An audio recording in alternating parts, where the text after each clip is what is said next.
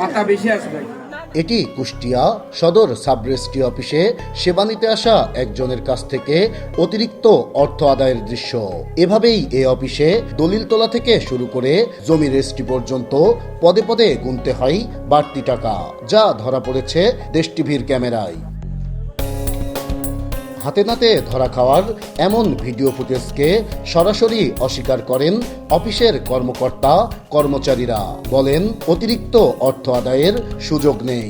এখানে কোনো অতিরিক্ত কোনো টাকা আদায় করা হয় না। অফিসের টাকা, সরকারের রাজস্ব টাকা। আমার জানা মতে সরকারিভাবে নেওয়া হয় না। সরকারি সেবা প্রদানের জন্য যে ফিস নির্ধারিত আছে সেই ফিসের বাইরে 1টি টাকাও নেওয়া হয় না। ভুক্তভোগীদের অভিযোগ, দীর্ঘদিন ধরেই এমন অনিয়মকে নিয়মে পরিণত করেছেন এ অফিসের কর্মকর্তা কর্মচারীরা। তারা জানান, এ অফিসে মোটা অঙ্কের ঘুষ ছাড়া কোনো জমি রেজিস্ট্রি হয় না।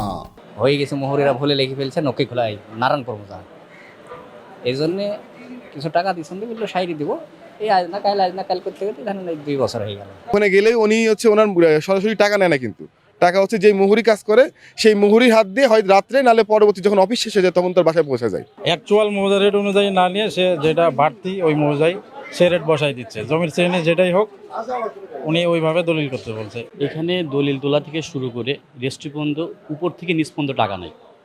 দলিল তুলে সরকারি যে রেট তার দ্বিগুণ টাকা এখান থেকে নেয়। জেলা প্রশাসক বলেন, সুনির্দিষ্ট অভিযোগ পেলে দোষীদের বিরুদ্ধে ব্যবস্থা নেওয়া হবে। ক্যাবিনেটের প্রতিনিধি হিসেবে অবশ্যই সর্বোচ্চ জায়গায় বলার সুযোগ আছে। যদি আপনার কাছে এই ধরনের অভিযোগ থাকে আপনি আমাকে জানাবেন, কারণ মানুষের দুর্ভোগ আমরা চাই না।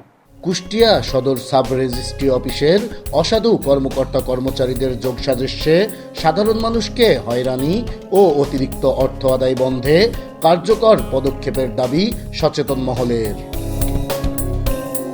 নাহিদ হাসান তিতাস, দেশ টিভি, কুষ্টিয়া।